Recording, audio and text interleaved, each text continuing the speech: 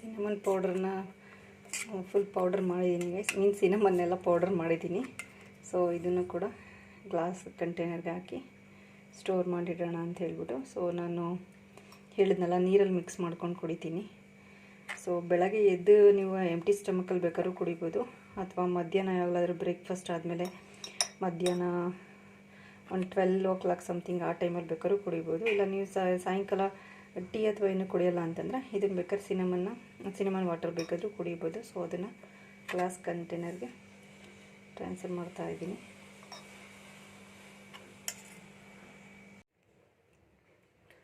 So ಇಷ್ಟು powder ಆಗಿದೆ guys. ನನಗಿದು ಒಂದೂವರೆ ತಿಂಗಳು 2 ತಿಂಗಳು ತನಕ ಬರುತ್ತೆ ಅನಿಸುತ್ತೆ. ಸೊ ಇದನ್ನು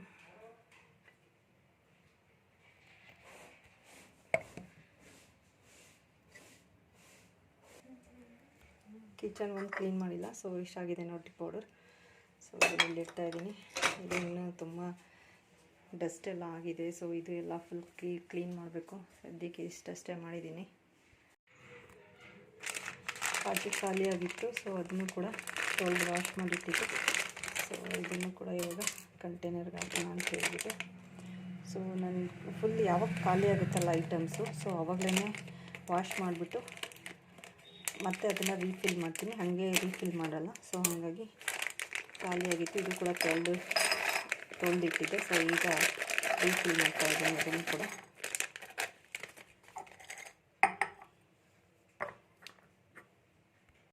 ಸೊ ಗೈಸ್ ಸೋಂಪು ಕೂಡ ಕ್ಯಾಮ್ರಾ ಈ ಕಡೆ ಓಕೆ. ಸೋಂಪು ಖಾಲಿ ಆಗಿತ್ತು, ಸೋಂಪು ಕಾಳು. ಸೊ ಅದನ್ನು ಕೂಡ ಹುರಿಯೋಣ ಅಂತ ಹೇಳ್ಬಿಟ್ಟು ಸೊ ಬಾಳಿನ ಬಿಸಿ ಬಿಟ್ಟಿದ್ದೀನಿ. ಸ್ವಲ್ಪ ಬಿಸಿ ಮಾಡಿ ಹಾಕಿದ್ರೆ ಚೆನ್ನಾಗಿರುತ್ತೆ ತಿನ್ನೋಕೆ ಅಂತ ಹೇಳ್ಬಿಟ್ಟು ಸ್ವಲ್ಪ ಬಿಸಿ ಮಾಡಿ ಹಾಕ್ತೀನಿ.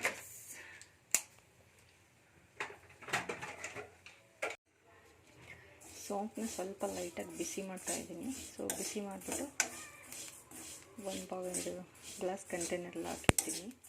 ಆ್ಯಕ್ಚುಲಿ ನಾನು ಹಾಗೆ ಹಾಕಿಡಲ್ಲ, ಸ್ವಲ್ಪ ಬಿಸಿ ಮಾಡಿಬಿಟ್ಟೆ ಹಾಕಿರ್ತೀನಿ. ಸ್ವಲ್ಪ ಕ್ರಿಸ್ಪಿಯಾಗಿರುತ್ತೆ, ತಿನ್ನೋಕ್ಕೂ ಚೆನ್ನಾಗಿರುತ್ತೆ.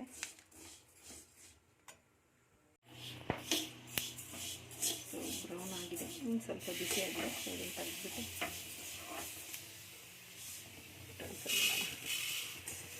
ಸುತ್ತಾಯಿತೆ.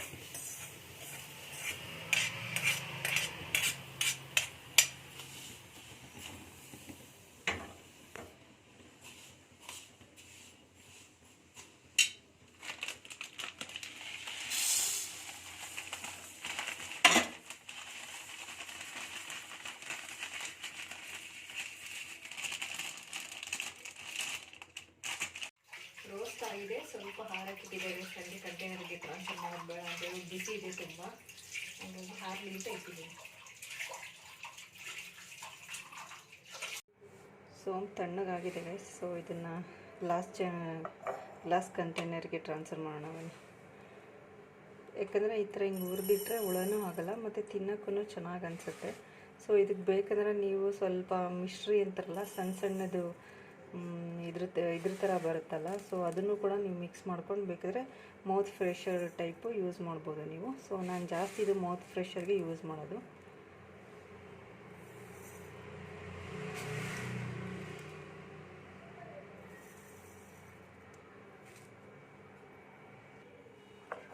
ಸೊ ಪೂರ ಇಷ್ಟ ಆಗಿದೆ. ಸೊ ಇದನ್ನು ನಾನು ಮೌತ್ ಫ್ರೆಶರ್ ಆಗಿ ಯೂಸ್ ಮಾಡ್ತೀನಿ. ಸೊ ಇದನ್ನು ಸ್ಟೋರ್ ಮಾಡಿದ್ದೀನಿ. ವಾಟರ್ಗಳು ಇಟ್ಬಿಡೋಣ.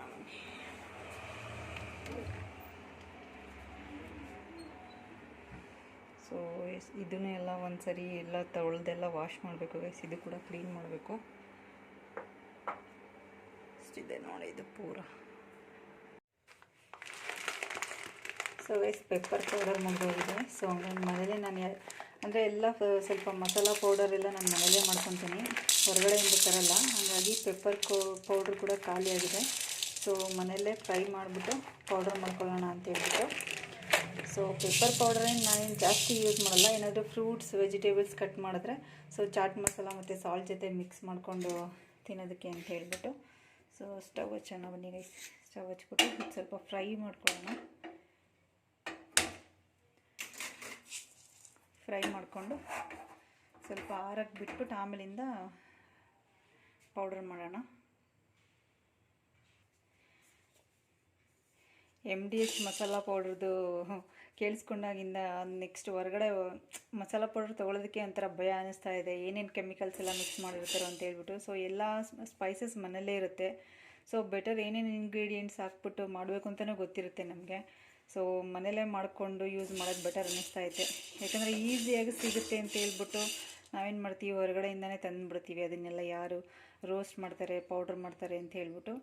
ಸೊ ಈಗ ಸ್ವಲ್ಪನಾದ್ರು ನಮಗೆ ಹೆಲ್ತ್ ಬಗ್ಗೆ ಅವೇರ್ನೆಸ್ ಬರಬೇಕು. ಯಾಕಂದರೆ ಇಲ್ಲಾಂದರೆ ಆ ಥರ ಕೆಮಿಕಲ್ ಇರೋ ಪ್ರಾಡಕ್ಟ್ಸ್ನೆಲ್ಲ ತಿಂದು ಮತ್ತು ನಮ್ಮ ಹೆಲ್ತನ್ನ ಹಾಳು ಮಾಡ್ಕೊಳ್ಳೋದ್ಕಿಂತ ಮನೇಲೇ ನಾವೇನೇ ಪ್ರಿಪೇರ್ ಮಾಡಿಕೊಂಡು ಯೂಸ್ ಮಾಡೋದು ಬೆಟರ್ ಅನಿಸ್ತಾ ಇದೆ ಗೈಸ್. ಏನು ಹೇಳ್ತೀರಾ ಗೈಸ್ ಇದಕ್ಕೆ? ಸೊ ರೋಸ್ಟ್ ಮಾಡೋಣ. ರೋಸ್ಟ್ ಮಾಡಿಬಿಟ್ಟು ಆಲ್ಮೋಸ್ಟ್ ನಾನೆಲ್ಲ ಈಗ ಮನೆಯಲ್ಲೇ ಮಾಡ್ಕೊತೀನಿ ಗೈಸ್. ನೋಡಿ ಗೈಸ್, ನಾ ಇಲ್ಲಿ ಇದೆಯಲ್ಲ ಇದು ಚಕ್ಕೆ ಪೌಡರು, ಇದು ಕೂಡ ನಾನು ಮನೇಲೇ ಮಾಡ್ಕೊಂಡಿದ್ದು. ಚಾಟ್ ಮಸಾಲ ಒಂದಷ್ಟೇ ಹೊರಗಡೆ ಬೈ ಮಾಡೋದು. ಜೀರಾ ಪೌಡರ್ ಅಷ್ಟೇ, ಧನಿಯಾ ಪೌಡರು. ನಾನು ಆಲ್ಮೋಸ್ಟ್ ಇಲ್ಲಿ ಏನೇನು ಪೌಡರ್ಸ್ ಇದೆಯಲ್ಲ ಇದೆಲ್ಲ ನಾನೇ ಮನೇಲೇ ಪ್ರಿಪೇರ್ ಮಾಡ್ಕೊಂಡಿರೋದು. ಇದು ಕೂಡ ಅಷ್ಟೇ, ಬಿರಿಯಾನಿ ಮಸಾಲನೂ ಅಷ್ಟೇ, ಬಿಸಿಬೇಳೆ ಬಾತ್ ಪೌಡರು ನಾನೇ ಮಾಡ್ಕೊಂಡಿದ್ದೆ, ಇಡ್ಲಿ ಸಾಂಬಾರು ಪೌಡರ್ ಮತ್ತು ಗರಂ ಮಸಾಲ. ಆಲ್ಮೋಸ್ಟ್ ನಾನು ಎಲ್ಲ ಪೌಡರ್ಸ್ನೂ ಮನೇಲೇ ಪ್ರಿಪೇರ್ ಮಾಡ್ಕೊತಾ ಇದ್ದೀನಿ. ಹೊರಗಡೆ ಯಾವುದು ಪರ್ಚೇಸ್ ಮಾಡ್ತಾಯಿಲ್ಲ. ಸೊ ನೀವು ಕೂಡ ಅಷ್ಟೇ ಮನೇಲೇ ಮಾಡ್ಕೊಳ್ಳಿ. ಸ್ಪೈಸಸ್ ಎಲ್ಲ ಇನ್ನೇನು ಸಿಗುತ್ತೆ, ಪರ್ಚೇಸ್ ಮಾಡಿ ತೊಗೊಂಬಂದು ಇಂಗ್ರೀಡಿಯೆಂಟ್ಸ್ ಏನೇನು ಹಾಕ್ಬೇಕಂತ ನೋಡ್ಕೊಂಬಿಟ್ಟು ಮನೇಲೇ ಫ್ರೈ ಮಾಡ್ಕೊಳ್ಳಿ ಗೈಸ್. ಫ್ರೈ ಮಾಡ್ಕೊಂಡು ಪೌಡರ್ ಮಾಡ್ಕೊಳ್ಳಿ. ಸೊ ಸ್ವಲ್ಪ ಫ್ರೈ ಆಗಲಿ. ಸೊ ಆರಾಮಾಗಿ ಬರೋದಕ್ಕೆ ಸ್ಟಾರ್ಟ್ ಆಗುತ್ತಲ್ಲ, ಸೊ ಅವಾಗ ಆಫ್ ಮಾಡಿದ್ರೆ ಸಾಕು. ನೋಡಿ ಅದು ನಿಮ್ಗೆ ಕಾಣಿಸ್ತಾ ಇದೆ ಅನಿಸುತ್ತೆ, ಫುಲ್ಲೆಲ್ಲ ಹೋಗಿ ಹೋಗ್ತಾಯಿದೆ. ಸೊ ಆರಾಮಾಗಿ ಬರ್ತಾಯಿದೆ. ಈಗ ಆಫ್ ಮಾಡ್ಕೊತಾ ಇದ್ದೀನಿ ನಾನು. ತಣ್ಣಗೆ ಹಾಕ್ಬಿಟ್ಬಿಟ್ಟು ಆಮೇಲಿಂದ ಪೌಡ್ರ್ ಮಾಡ್ತೀನಿ. ಸೊ ಆಫ್ ಮಾಡಿದ್ದೀನಿ ಸ್ಟೌವ್ದು.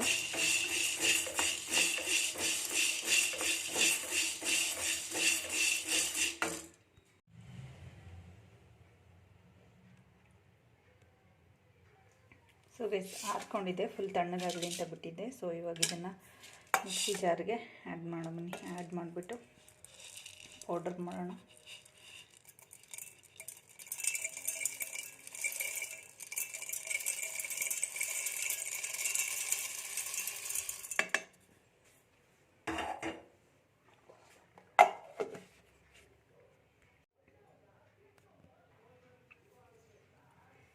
ಸೊ ಗೈಸ್ ಪೌಡರ್ ಮಾಡಿದ್ದೀನಿ. ನೀವು ಬೇಕಂದರೆ ತತ್ಲಾ ಪತ್ಲಾ ಬೇಕಿದ್ರೂ ಮಾಡ್ಕೋಬೋದು. ಸೊ ನಾನಿಲ್ಲಿ ಸ್ವಲ್ಪ ಗ್ರೈಂಡ್ ಟೈಪೇ ಮಾಡಿದ್ದೀನಿ, ಮೀನ್ಸ್ ಪೌಡರ್ ಟೈಪೇ ಮಾಡಿದ್ದೀನಿ. ಸೊ ಇದನ್ನು ಆ್ಯಕ್ಚುಲಿ ನಂಗೆ ಫಸ್ಟ್ ತೊಳೆಯೋಕ್ಕೆ ಮುಂಚೆನೇ ಫುಲ್ ತೊಳೆದ್ಬಿಟ್ಟು ಇದು ಖಾಲಿ ಆಗುತ್ತಲ್ಲ ಪೌಡರ್, ಖಾಲಿ ಆದ ಕೂಡಲೇ ತೊಳೆದ್ಬಿಟ್ಟು ಬಿಸಿಲಲ್ಲಿ ಒಣಗಾಕಿಡ್ತೀನಿ. ಸ್ವಲ್ಪ ಬಿಸಿಲಲ್ಲಿ ಒಣಗಿಸಿದ್ರೆ ಸ್ವಲ್ಪ ಚೆನ್ನಾಗಿ ಫ್ರೆಶ್ ಆಗಿ ಅನಿಸುತ್ತೆ. ಮತ್ತು ಯಾಕಂದರೆ ಮಾಯಿಶ್ಚರ್ ಇದಾಗಲ್ಲ, ಯಾಕಂದರೆ ಸ್ವಲ್ಪ ಗ್ಲಾಸ್ ಅಲ್ವಾ, ಹಂಗಾಗಿ ಒಳಗಡೆ ಎಲ್ಲ ತೊಳೆಯೋಕ್ಕಾಗಿಲ್ಲ ಅಂತಂದರೆ ನೀವು ನೀಟಾಗಿ ತೊಳೆದ್ಬಿಟ್ಟು ಬಿಸಿಲಲ್ಲಿ ಇಟ್ರೂ ಅಷ್ಟೇನೆ ಬೇಗ ಚೆನ್ನಾಗಿ ಒಣಗುತ್ತೆ. ಸೊ ಹಾಗಾಗಿ ಒರೆಸ್ಕೊಳ್ಳೋಕ್ಕೂ ಈಸಿ ಆಗುತ್ತೆ. ಸೊ ಬಿಸಿಲಲ್ಲಿ ಇಟ್ಟಿದೆ. ಈಗಿನ ಇದನ್ನು ಇದರೊಳಗಡೆ ಟ್ರಾನ್ಸ್ಫರ್ ಮಾಡೋಣ ಬನ್ನಿ ಗೈಸ್.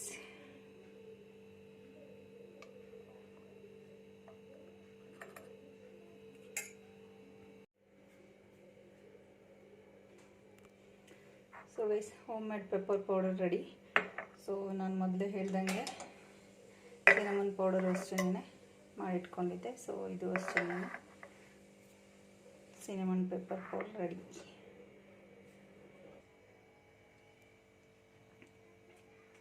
ಸೊ ಸೋಂಪು ಕೂಡ ಫ್ರೈ ಮಾಡಿ ಇಟ್ಕೊಂಡಿದ್ದೆ, ಸಿನಮನ್ ಪೌಡರ್ ಮತ್ತು ಪೆಪ್ಪರ್ ಪೌಡರ್ ಮೂರು ರೆಡಿ ಮಾಡಿ ಇಟ್ಕೊಂಡಿದ್ದೀನಿ.